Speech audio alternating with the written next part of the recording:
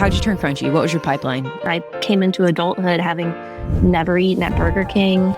People on the internet get really mad when I share about something. I just shared about my favorite mold-free coffee. And they were like, there's mold in coffee? They have no idea the extent of the crunchy pipeline we're going down. My 4-year-old already knows we eat protein before we eat sugar. Even if it's a bowl of homemade ice cream, I still try to relay the message that it's ideal to eat protein first. When I see people on the internet, you're giving your kid an eating disorder.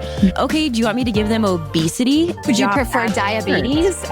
Yeah. People will drop all their money on devices, supplements, and protocols, and they will completely miss the top 10 things and should be doing for your health that are completely free. Some of the most important swaps are A and B.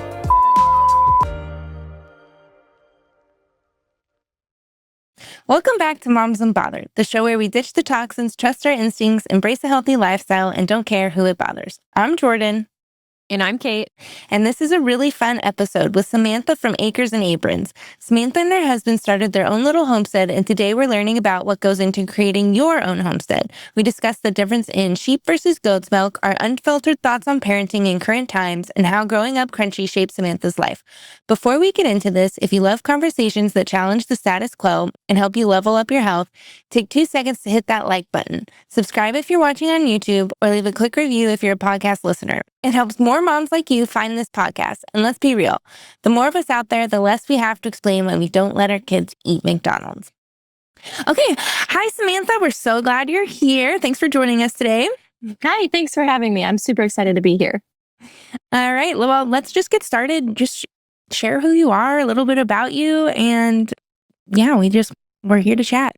Okay. All right. Well, I am Samantha. My husband, Ryan, and I live in Indiana on 23-ish acres with our 2 boys. And we're kind of newer in the social media world in the realm of homesteaders. A lot of the times when you find homesteaders, they are very established. They've been around a long time. And it's honestly more common that they are 30s, 40s, 50s. So it was kind of, I think took the internet by storm when we showed up very young, building a farm, having a family.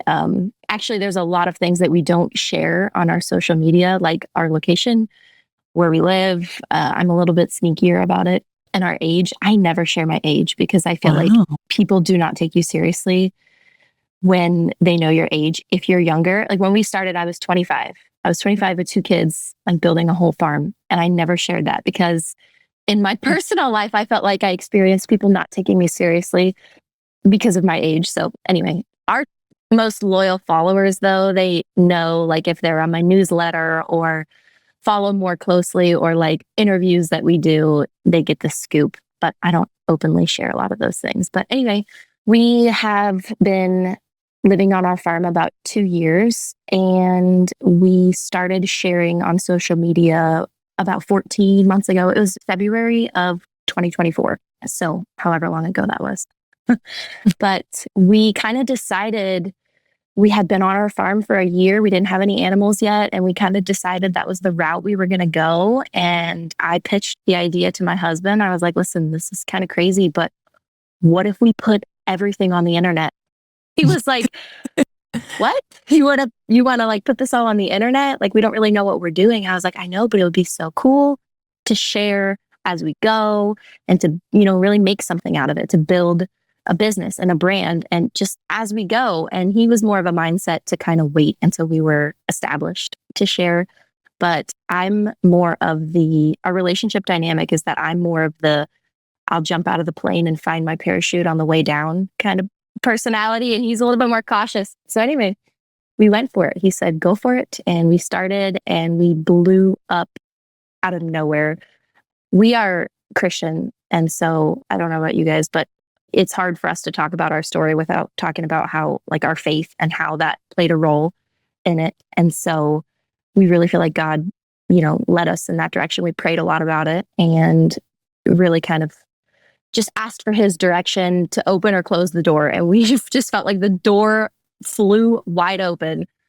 So anyway, that's kind of a little bit of our background, how we got here, how we made it on social media. We are just loving the homestead life. It is so busy and chaotic, but it is so fun and it's hard work, but we're workaholics. We love hard work. So, but yeah, that's kind of a little bit of our background.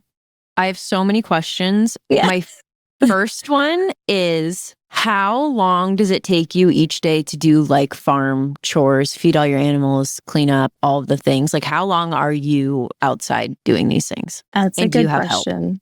So my husband handles a lot of the farm chores and the animals. I handle almost 100% of social media and the home and the kids and everything else. We also have an Airbnb that we own and manage. So that's like another thing that I, kind of head. So he's pretty much in charge of the animals. I do help out, but he spends probably at least an hour in the mornings and probably close to an hour in the evenings. And then there is still lots of things that I will do during the day. So, that's food and water. We have dairy animals that we milk, collecting eggs, just like the basics, moving the sheep around, changing pastures. If we have to do, trim their hooves or shear the sheep, or raising baby animals and moving those around and changing feed and water. And so I'd say, a minimum of an hour or two a day, but then that's not including, we live on 23 acres. So the maintenance of, we're building new pastures, mowing the grass, tending the garden, all those types of things. So it's a lot. We live a lot of our life outside. In fact, last year, we did the 1,000 hours outside challenge. I don't know if you guys are familiar with that, but they have an app where you can track your outside time. And we hit 1,000 hours by like August. And I was wow. Okay, well, I'm not going to track the rest of the year because I know we're well exceeding that. So we do live a lot of life outside. As far as help goes, we don't have help on the farm front. I consider myself to have help because my husband only works 4 days a week. So I consider, like, he's off Sunday and Monday. So I consider those my days of help. And then I just hired a house cleaner that comes once a month. That was like my big take something off of my plate. And I will have a babysitter for the boys, maybe 1 or 2 mornings a week. But we don't have help aside from that. And we don't have help as far as social media goes, other than the fact that I have a virtual assistant that she just does a few things. She does like blog writing and Pinterest and a couple of things. So that's the extent of the help we have at the moment. That's busy, but it's nice to stay busy. It's nice to stay busy. And then, because like you said, like, oh my gosh, by August, I've already got all these hours outside, and it's just, everyone's probably happier and just feeling good year round, honestly, just being outside. Yes, the boys are definitely happier outside, and it is busy. We have struggled to find the balance of just busy enough and not going clinically insane because we're just drowning in work all the time. So it's been a struggle over the last year and a half to find the balance of not overworking because it is a lot. It's very busy. So you said you have dairy cows, right? We have dairy sheep. We do dairy not have cows. Sheep. So are you drinking raw sheep milk? We are drinking raw sheep milk, which can sometimes make the internet really mad. Yeah, let's talk about it. Yeah. Okay, wait. I want to know why sheep over like goat or cow, because you post a lot about sheep milk and I'm very curious. I get this question a lot and I love it. Okay, so I make the goat fanatics really mad when I talk about this because I do not like goats. And people think that means that I'm saying that goats are bad, that nobody else should like goats. That's not what I'm saying. I just personally, I don't like goats. I grew up with goats. I did not like their personalities. I did not like the way that they smelled. I did not like their meat. I did not like their milk. I didn't like anything. I'm goat traumatized from my childhood. So when we wanted to get dairy animals, like some sort of livestock, we wanted to raise meat and milk. And the options are really like goat, sheep, cows. Cows are just too big. We didn't have the infrastructure. I didn't want to deal with it. My parents live next door and they have way too many cows. If I want raw cow's milk, I just go down the driveway and I get it from my mom. So that's nice. We wanted to do something different and I just didn't want goats. So we went sheep. But on top of the fact that I just am not a fan of goats, sheep are very sustainable financially. They have more valuable milk. They have more valuable meat compared to goats. They have wool, which is a whole other aspect of value that goats don't have at all. And their temperament is a lot more easyggoing. They don't like test the fences. They don't escape ever. They're a lot more sweet and gentle, and their milk is more enjoyable, in my opinion, higher in nutrients. I just feel like it's no contest. Like sheep win all around. Wow. I'm sold already. I'm going to get some sheep now. I have a lot of followers who are like, I just want you to know, I just went out and bought 4 dairy sheep because of you. I'm like, put it on my tombstone, like turned many to sheep instead of goats. Like, I'll take that title. How did you discover sheep? I mean, like, did you read a book? Did you just Google? Were you just, you woke up, you're like, I'm going to get some sheep. I've been asked this before, and I cannot remember the moment that I was like, I want sheep. I saw something about it on Facebook, like a Facebook group or something popped up. Like my algorithm knew I was like on the edge, and it fed me a dairy sheep group, and I joined it, and I was like, oh, dairy sheep. And I started talking to just some of my family. My brother-in-law in particular was very into the idea. He was like, we could have a sheep dairy. Sheep, it's a very niche market, but it's very valuable when you hit that niche market. Like sheep dairies are highly sought after for that very niche market. So anyway, I am so like spur of the moment. Just impulsive. I'm so impulsive. I don't impulse shop like things that often, but I impulse shop animals bad. Like it's a disease. It's an illness. I just woke up one day and I found this chick who was selling dairy sheep. And I went to my husband. I was like, Ryan, I just bought 2 sheep. I'm really sorry. I don't know what happened. It just took over. And he was like, we don't have a pasture. And I was like, we'll make one. And he was like, we don't have anywhere to put them. I was like, we'll figure it out. So he got a trailer. He's so sweet. He's so sweet. He got a trailer. He went, he picked them up, and I purchased dog, like, you know, those dog lines, like the 30-foot wire lines with like a stake screwed in the ground. I put them on that for like months. So I moved it around every day. I took my 2 sheep and I like moved them around a little bit for a long time. And that's how they lived until we had a pasture. And that was last spring, just for the record. That was last spring, 1 year ago. We have 20 sheep today. Oh my gosh. Yes, that's sheep math. It's like chicken math, but sheep math. Are your sheep having babies, or you just keep buying sheep? Both. So we had our 2 sheep.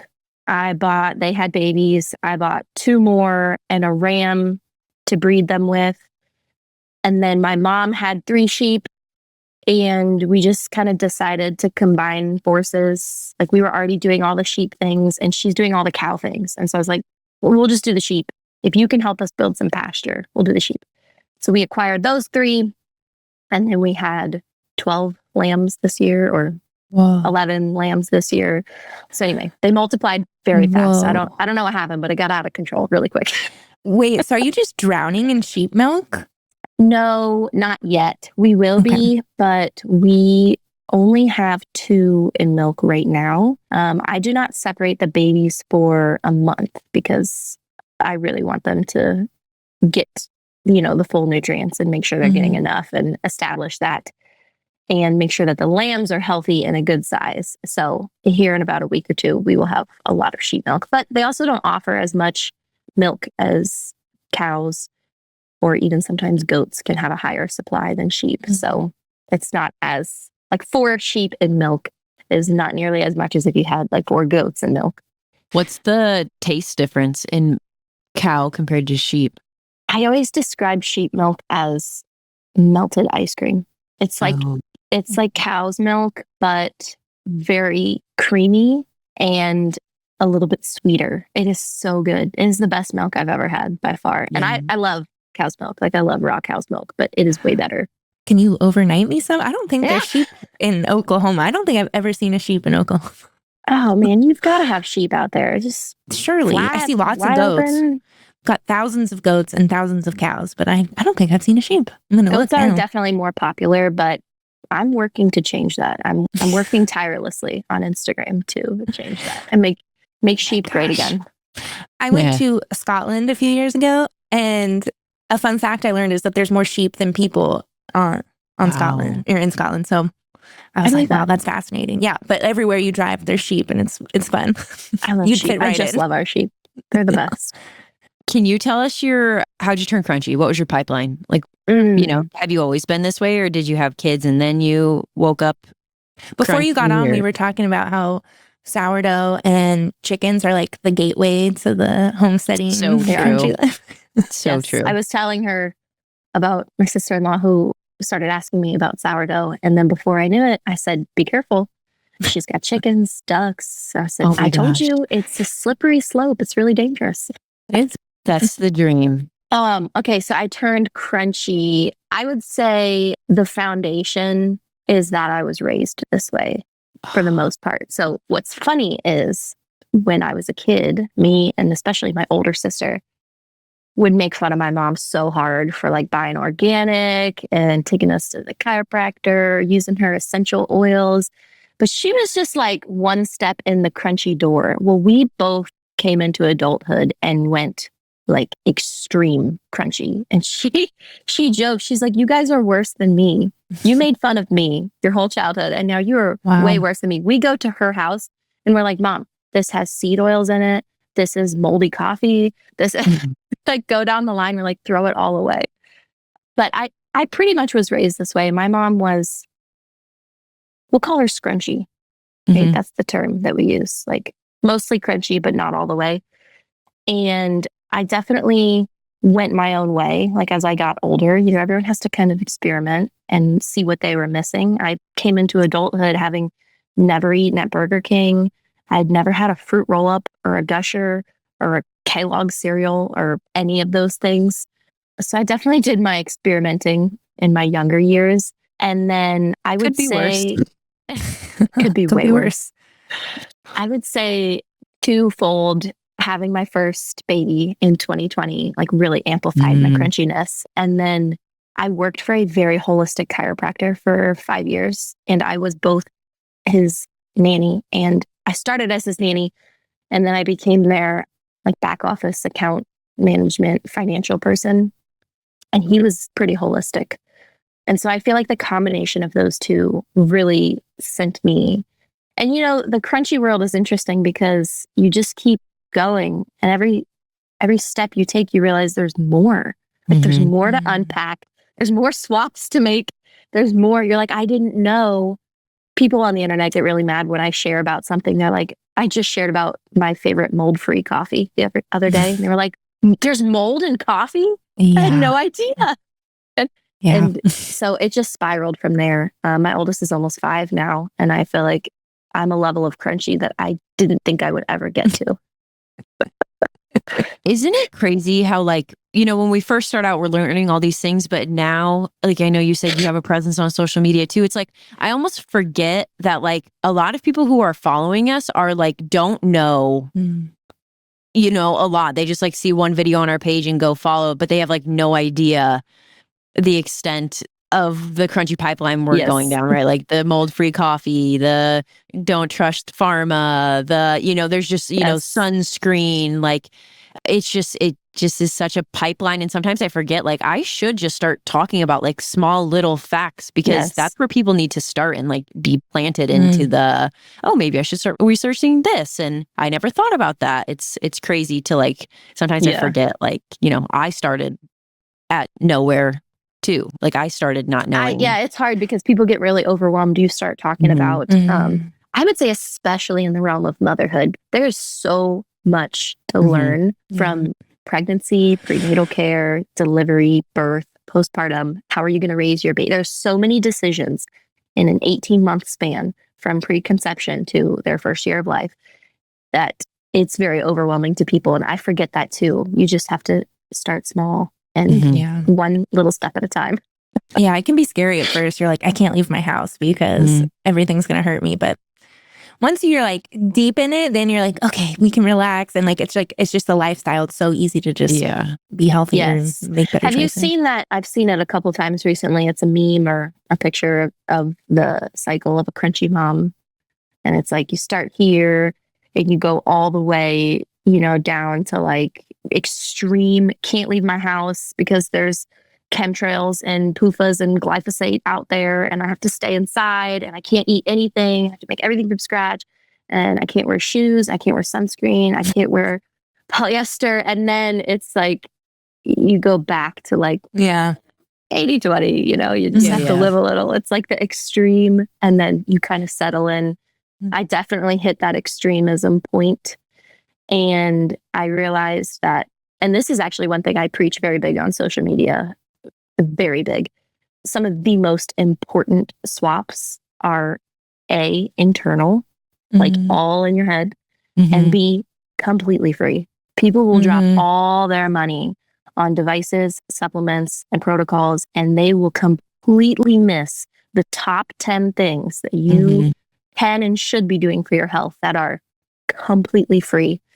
And that's one thing that I preach big is when people get really overwhelmed, I'm like, stop. You don't need to buy anything else. Get your mind right. Get outside, get some fresh air, open your windows, stare at a sunrise or a sunset, get good sleep, drink good water. Like the basics, the fundamentals are free and easy, and then make it a lifestyle. And it doesn't have to be overwhelming. So that's so true. That is so true. That's such a good point. Okay, I want to touch back on, you were raised crunchy, which you don't really come across a lot of people, I feel like, raised crunchy or our age. It was not crunchy. trendy when I was growing up. I was heavily made fun of for it. Yeah, that's so fascinating. But I feel like a lot of people are saying, like, I see a lot of criticism online. Oh, we're going to give our kids eating disorders, or we're going to like make them weird, or they're just going to grow up scared of everything. How are you how did you feel growing up? Did you deal with any of that? And then are you changing anything with your children the way you're raising them crunchy? Yeah, such a good question. My husband and I talk about this a lot. It's a big topic of conversation. I respectfully disagree that you automatically inherit an eating disorder because your parents fed you healthy, nutritious food. I actually don't think that is the determining factor. I had a very unhealthy relationship with food from my childhood. And I don't think it was because my mom fed us healthy food. I think it was the way that food was talked about and the way that food was handled. And yes, there's a lot of things that we want to change for our children, and a lot of things that I felt were harmful for me in my childhood. It's hard to talk about because my parents are my biggest fan. They listen to every piece of content that I put out, and I love them dearly. So like talking about all the things that they did wrong is challenging because I don't want them to feel that way. And obviously it's not, here's everything you did wrong. Even if I raised my kids in the most perfect way, they would still grow up, become adults, and say, I'd like to do this differently with my kids. It's the natural cycle of life. Everybody gets to make that decision. But the biggest thing for me is we always had to finish our food. There was no intuitive, are you full or are you still hungry? And so that's a big thing that I try to change with my kids, and just the way we talk about food. So I try to allow them things that I normally wouldn't if we're out and about or at an event, and not make too big of a deal of it, but more so speak on, this is why we eat nutritious food. So my 4-year-old already knows we eat protein before we eat sugar. Sugar is not going to kill us, but it is more ideal for our body and our digestive system and his strong muscles, as he says, to eat protein first. So even if it's a bowl of homemade ice cream that I would feed him for breakfast because it's so healthy and nutritious, I still try to relay the message that it's ideal to eat protein first. If we are out and about and everybody's handing out goldfish, I would never in a million years buy a pack of goldfish for my children, but I try not to make too big of a deal of it.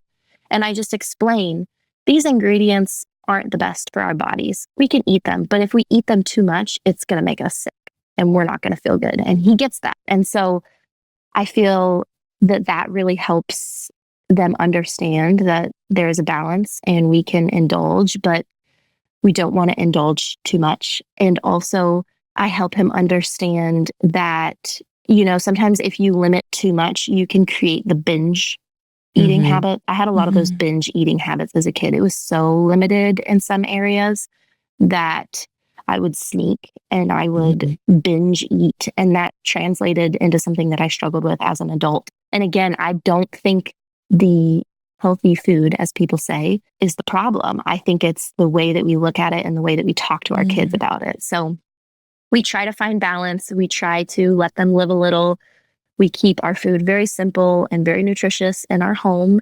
And we try to explain the meaning behind it instead of saying, you have to eat all your dinner. I always tell my kids, you do not have to finish your dinner.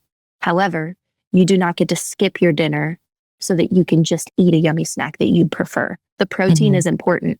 If you're full, you are welcome to walk away from your plate. But if you are hungry and you're asking for a snack, that tells me that you need protein first. And so that's always kind of our message that we share with our kids to help, eliminate some of those issues. That is literally verbatim the exact way I'm raising my son too. And it makes sense when you logically think about it. And like going back to what you said, about your parents, because I'm the same way. Like I would never want my parents to listen to something I say and them feel like, oh, I feel attacked, because it's like, I truly believe everyone as a parent is doing the best of their ability. And like, it's just, your parents probably loved you so much and they knew so much about junk food that they were like, I can't imagine giving it to you. Like, I can't imagine because I want your body to thrive.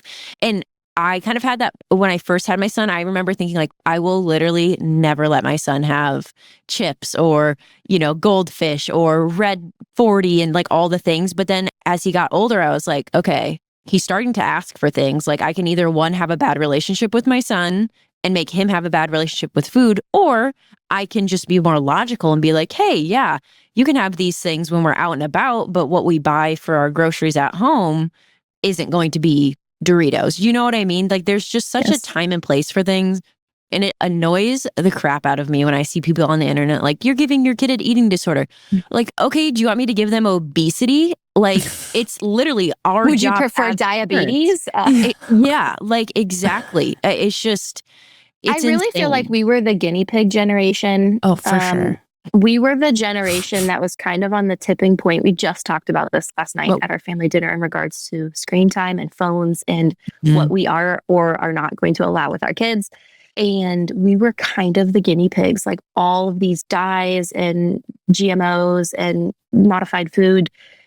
We didn't really know the harms of it. And it was kind of new. I mean, a lot of this stuff was allowed and introduced before us, in the 70s and 80s, but it didn't really become common and popular until, 90s, early 2000s even, along with screens. And, smartphones weren't even a thing until like the early 2000s, like iPhones.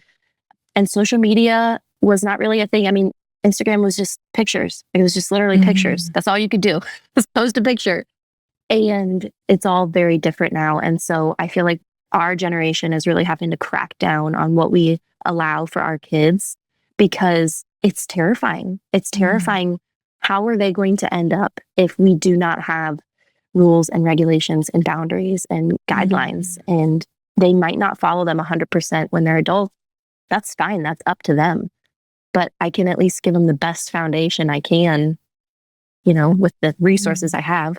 The Anxious Generation, I think is the book it's called, but it's a really good read. It's about like our generation just growing up on these screens and now we're big balls of anxiety and depression and all these other things. And go ahead. We had a message at church this last weekend and it was literally a graph of your life in months. So from 18 years old to 90 years old. I'm going to butcher this, but I'm going to relay it as best I can. I think it was from a TED Talk, he said, is where he got it and kind of modified it for his message. It was from 18 years old to 90 years old. And it was a graph, it was a square of all of the dots, and each dot equaled a month. And so he filled in, this many months are gone sleeping, this many months are gone working or in school, so job schooling, this many months are gone in the car commuting, this many months are gone eating, this many months are gone going to the bathroom, and half your chart is full. Okay, so you have 50% of your chart full of basic necessities, and then you have everything else. The average child nowadays is on the trajectory to fill the remaining 50% of their block, so half of their months, 93% staring at a screen. When he filled out the graph, my jaw hit the floor. It was literally, there was 18 months left of open, available, free time, so to speak, air quotes, from 18 to 90. That is the trajectory that our children are on. If we do not do something about it, if we do not, raise them differently and change things and have those boundaries. And it's a big reason why my husband and I have a lot of conversations about what are we going to allow. People say screen time, it's not harmful. You don't even have an adult to study to determine the harms of it. that grew up in the way our kids are growing up right now. You can't even say that it's not harmful because we don't even have that information yet. We don't even know how they're going to turn out with unlimited screen time. And it's just crazy. I was going to say harmfulness, like side effects aside, we only, get a certain amount of childhood. We're going to know our children more as adults than we will as children. And I think they said like by the time they're 12, we've spent the most time we're going to spend with them because then they start doing activities and this and that. Yeah, that makes me want to cry. I know, me too. I think about that a lot though. I'm like, I don't want to just let my child just stare at the screen. Like that's time we can be spending together and bonding, and like we're never going to get these moments back. So I think that's also just an important factor to think about when considering screen time. I do think it can be a tool, like maybe at the dentist or something. Like it can be a helpful tool, but to just like say, oh, here you go. I mean, I don't want to offend anybody, and I hope no one is taking this personally, but it feels like lazy parenting to me to just throw them a screen every day and say, here you go. Like, it's just the easier way. It is so easy to let screens raise your kid. And I don't say that as a shameful thing, because anyone can fall into that trap. And especially if you don't know any better, if that's how you were raised and you don't know any better, it takes a lot of work to break that habit of yourself. I think a lot of people, unfortunately, in this generation, they like the idea of kids, but they don't actually like the raising of the kids because it's hard work. People like the idea of having a baby, and especially when it's, glamified on social media, the pregnancy and the beautiful births and the newborn phase and the baby phase. And it is very sweet and it is such a treasure, but that is a blip of your child's life. I mean, truly the smallest, tiniest little morsel of their life. You have to be committed to raising them to adulthood. And, when people ask, oh, how do I know when I'm done having kids? Should I have any more kids? My answer is always, do you want another baby or do you want another human being? Mm-hmm. Do you want to enjoy that newborn phase again? Are you just missing your babies? Because that's okay, that's acceptable. Or do you want to raise them to adulthood with as challenging as that is, especially in today's day and age? Because there's a difference.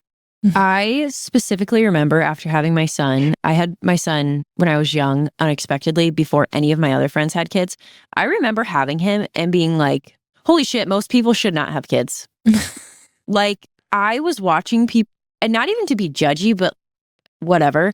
I was watching people take the easy route for absolutely everything. And like, it's been normalized. And I'm not saying people don't love their kid just because they do XYZ, but like, it has been so normalized to take the easy route for absolutely everything. Like, I believe personally, when you have a child, you now conform to you're the parent, like your old life is over. You're done. Like, you now brought this child into the world. It's your duty to raise, flourish. Like, that is where your energy goes.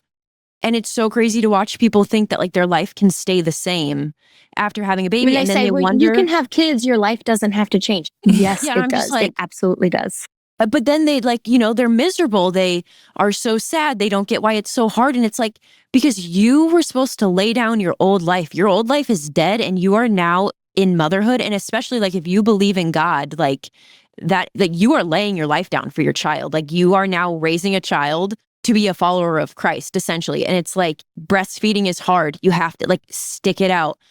Getting little to no sleep at night is so hard, but like we're told, like, just cry it out. Just put them in their crib. Don't go back in until the morning. They're fine. Like that is not biologically how we are supposed to operate. And we are seeing it now, the effects on, kids who, and again, not to make people feel shamed, but it's like, we have been so told, especially by social media. Social media can be such a good tool, but social media has become our scapegoat for taking the easy route and normalizing the easy route. I can't get over how many times I see people innocently trying to help moms by saying, just give them formula. Like, oh, they can't latch, their tummy hurts, just give them formula. And I think there could be a time and place for sure to look at other options. I'm not saying if you use formula, it's bad. I think it's the lack of ownership that is the root of the problem, especially with, and again, no shame, no judgment. The fed is best, or the just do cry it out, or the just put them in front of a screen. All of these topics, the problem is the lack of A, information and education, and B, the lack of ownership, because that is not best. There are legitimate studied benefits to breast milk. Okay. And it's still okay in certain circumstances. There are lots of circumstances where I have recommended formula. Mhm. I had a sister-in-law who did not get milk. Her milk never came in for some Mhm. reasons, unbeknownst to her. She didn't get milk. The next option is donor milk, which she did some of that. But for the remainder of that supplemental feed, it was, okay, what's the best formula out there? Let's do that. It's okay to choose these things for your kids, but you need to have, I think it's important to have the information on both sides and say, I am choosing this. Here's why. Yeah. And people get really mad when you talk about it because they feel like you're shaming them. And it's not shame. It's just look at the information and make a choice and then be really rooted in your choice. You need to know why you're choosing something. If you don't know why you're choosing something and you're not convicted in it, you're going to feel shamed every time anyone says anything about it. And we talk about this a lot in our family. We don't feel shamed when, for example, we keep the Sabbath. That's really weird. Okay. No, not a lot of people do that today. Mhm. I don't feel shamed when people talk about why they go to church on Sunday. I feel very rooted in my decision. That's not a motherhood topic, but it's just it's a topic that we discuss a lot on our social media, especially if you're rooted in that decision, there is no shame. I have decided to have my babies at home, but there are medical reasons that would lead me to decide to have a hospital birth and medical intervention. Neither of those do I feel any shame about because I know why I'm making the decision. And I feel like a lot of moms do not know why they're making the decisions that they're making. And so they feel attacked automatically because they feel like they're in defense mode because they don't know why. Well, this is just what I was told to do, or this is just what I saw on the internet. And so if you don't have a reason for why you're doing these things, it can feel, easily shamed. So when I was pregnant with my son, I was not crunchy yet. And I was just told, like, everyone around me was like, just formula feed. And I was like, okay. Like, I literally planned to formula feed because I didn't know that there was on a cellular level, there is a difference between breast milk and formula, and the benefits of breast milk just absolutely outweigh formula. And I feel like I can talk about formula in the way I talk about it because I genuinely was just going to use formula because I didn't know better. And it's like, once I had my son, I just felt this like mom instinct to breastfeed. And it's like, thank God I did. And I listened to my gut over like everyone else telling me, even when I would get mastitis, like people in my family who like loved me were just like, just give up and do formula. Like, it's okay. But it's like, I just had this gut feeling of like, I feel like I have to, like, I want to stick it out. Like, I know the benefits, like I have to stick it out. And I think maybe sometimes we're trying to make moms' lives too easy instead of just letting them embrace the hard. And I think especially now in today's culture, most moms are working outside the home. It's nearly impossible to go to work, drop your kid off at daycare, pump at work if you're even allowed to do it. Like, it's really hard to be a mom these days. And I think a lot of like, same with sleep, go to work sleep deprived or sleep train your kid for a couple nights and get your good night's sleep. It's like we have set moms up for failure, and I don't necessarily, it's not the mom's fault. So if you're listening to this feeling mom shamed, I swear I'm not trying to mom shame you. It's just, No, not at we all. have set moms up for failure from the beginning. And it's the same, it goes back to pregnancy. Nobody told anyone to research, vaccines, breastfeeding, safe co-sleeping. Like, we have just Epidurals, yes. medical intervention, nothing. Yes. We have literally set moms up for failure, and it's not the mom's fault. It's society's fault for just teaching moms that do this, it's the easiest way. Or, oh, you have postpartum depression, like, formula feed, get your baby to sleep in its own room. Like, Take it's these just, pills. yes. Yeah. It's just, we have set moms up for failure. We've become so disconnected from our intuition as not only mothers, but women in general. And like, we're just so reliant on, oh, our doctor told us this. My app told me to do this. My mother-in-law, even like I do think it's important to listen to women that have done it before, but we've been so locked into this way of living, this culture now. But there's a difference between listening to women who have done it before, who did things because someone told them to. Exactly. And then listening to women who did things because they researched it. Yeah. There is a difference between those two. You know what I'm saying? Yeah, it's a sad topic. And the breastfed thing, the fed is best, drives me nuts because fed is the bare minimum, right? Of course we're going to feed our babies. Of course we're going to feed them.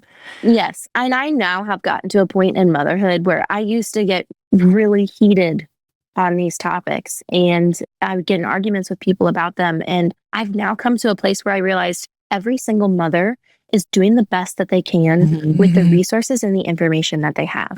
And when you look at everything from that fundamental stance, then you realize we have the same goal, but we have different information and we have different resources. And I was raised this way. So I was raised very unconventionally. I was homeschooled. I have 9 siblings. My mom had me at home way before home birth was like cool and trendy. She fed us organic food. I've never seen a pediatrician in my whole life. I was an adult the first time I stepped foot into a hospital or got an ear infection or, any of these things. And so I was raised in a way that taught me to think outside the box from the beginning and to find the answers myself. Most people are not that way. And so you're right, it's not their fault. Society has failed women and mothers and families in general.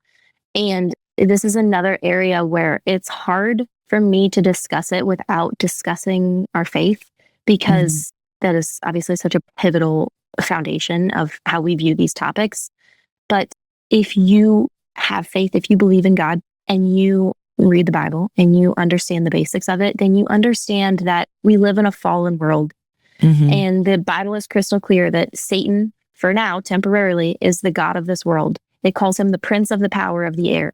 And so if you don't think that as the god of this world and the prince of the power of the air, he's not going to infiltrate the most fundamental structure of our world, and that is the family unit, the marital unit, the parent-child unit, the family dynamic, that's the first thing that he's going to go after. If you want to tear down a society, the first thing you should do is go after their family structure and infiltrate that structure, because that's going to be the quickest way to deteriorate your society. And people don't see it that way. They don't see it as a problem. And I agree with you, what you said. People want to make moms' lives a little too easy. Now, I also don't believe that you should be a martyr and make your life unnecessarily hard. Yeah. But it's not easy. You don't have to want to die, but right. Raising kids is not easy. And God didn't intend it to be easy, I don't believe. Like you said, you lay down your life when you have children. You had your opportunity to be a child. When you face situations and determine if you're going to react like a child or like an adult, you had your chance to be a child. It's done. It's over. You're an adult.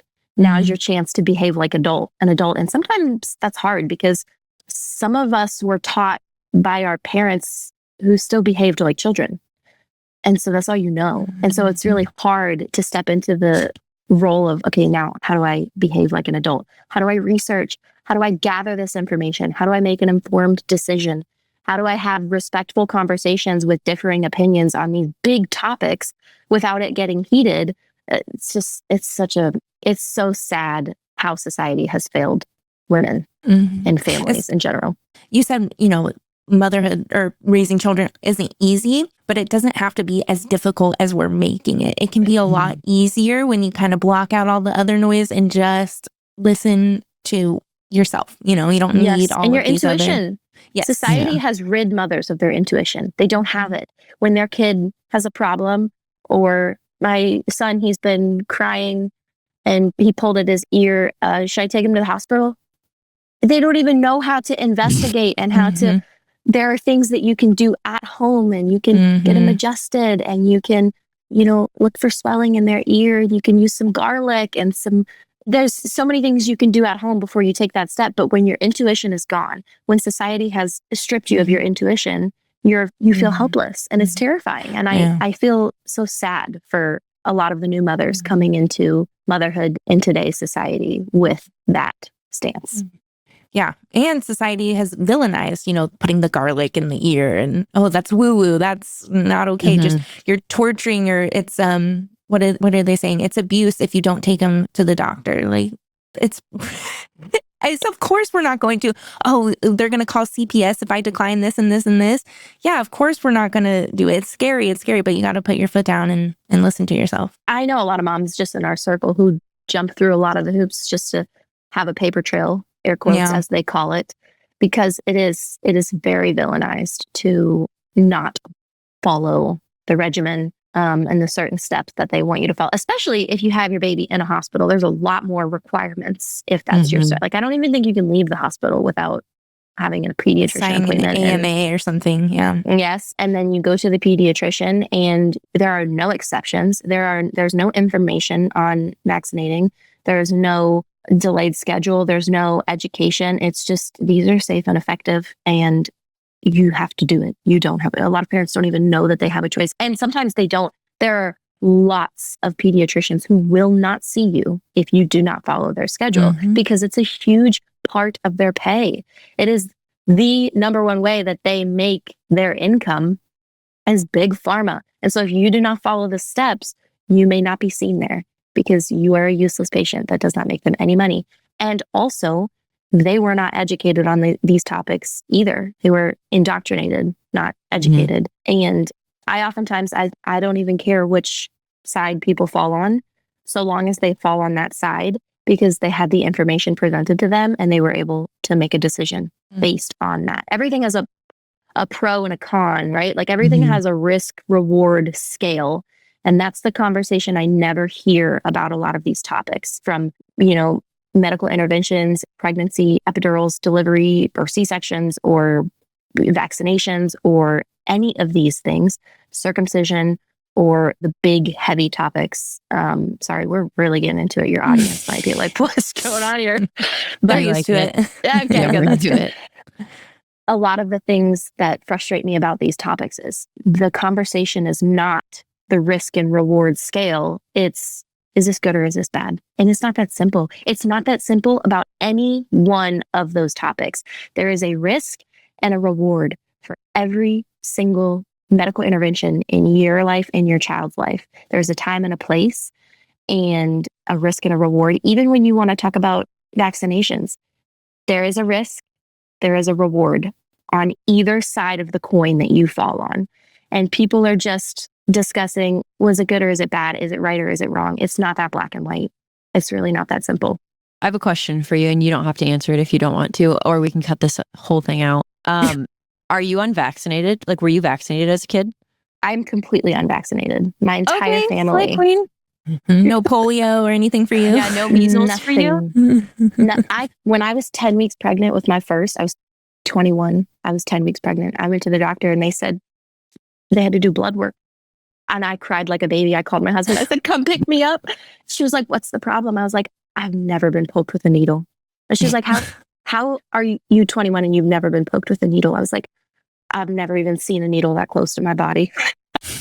Oh my God. I had a full mental breakdown, like a panic, because yes, I'm completely unvaccinated. My entire family is, I have close to 20 nieces and nephews, all my siblings. It's just, we come from a long line of. That's amazing. Your husband hit the jackpot. Such Your goals. kids did too. Yeah. Literally, your kids hit the jackpot of having a mom that's unvaccinated. Oh my gosh. When my husband and I were dating, one of the first questions I asked him was, I will not vaccinate my children, and I need to know right now if that's going to be an issue or not, because I'm not budging. And he was like, whoa, okay, I haven't got that far. I haven't even thought that far ahead yet, but I guess we're going to talk about it. So I love it. It's But he such an supports important- you. Yeah. what was that? He supports you.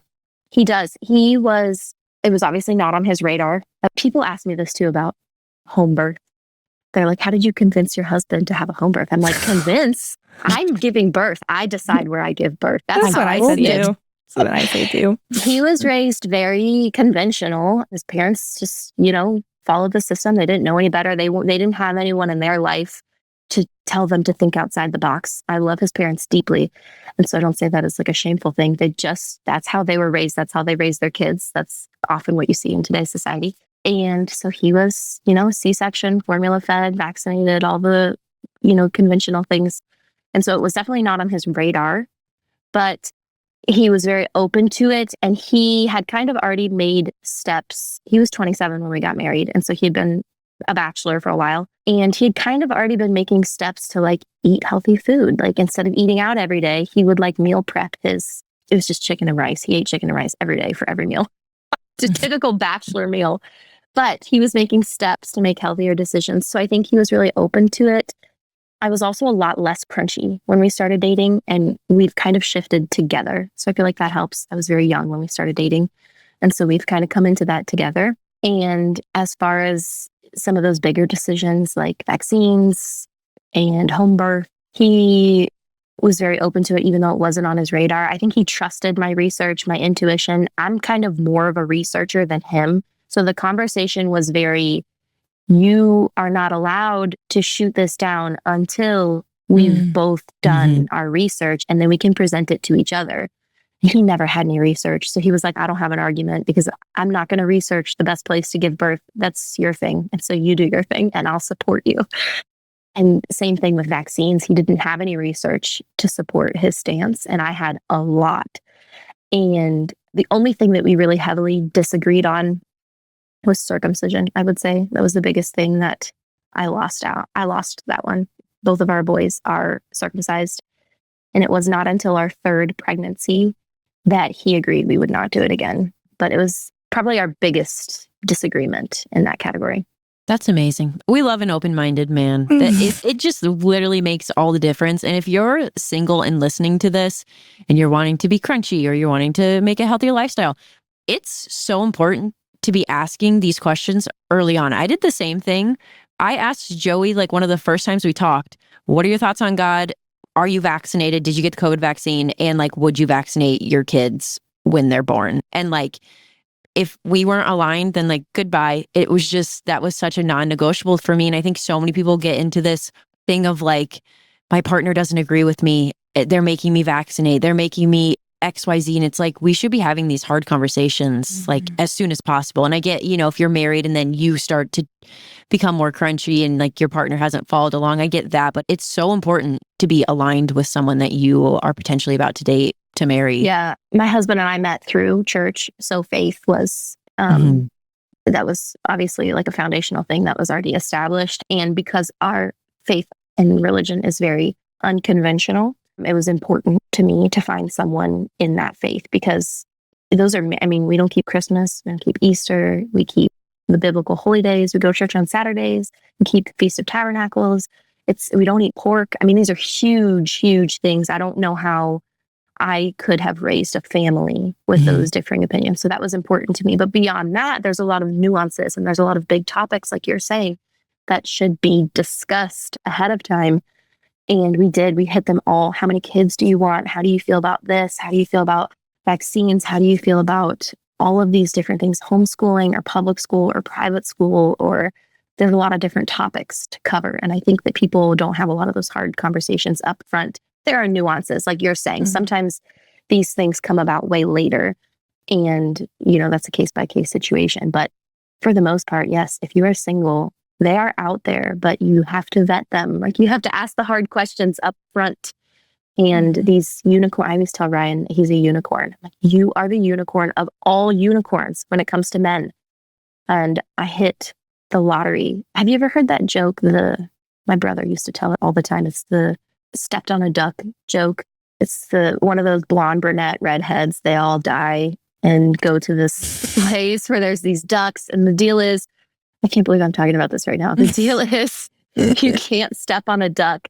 If you step on a duck, you get paired with like the worst mate, basically.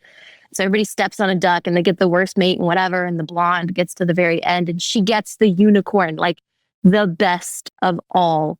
And she's like, how did this happen? And the dude goes, I don't know. I stepped on a duck, man. That's the joke. Anyway, I always joke that I won the game and he stepped on a duck. Like, he is my unicorn. And I'm a little crazy, but it's okay because we balance each other out. I love that. Jordan, do you have any other questions? I have one, but if you have one, you can go first. No, go. You go. Okay. I was just going to say, maybe to end on a lighter note, maybe you could give 3 or a couple or whatever you think, the recommendation to start a homestead. Like, if someone wanted to start, what's your advice? Any tools or like just mindsets, or what should someone do first?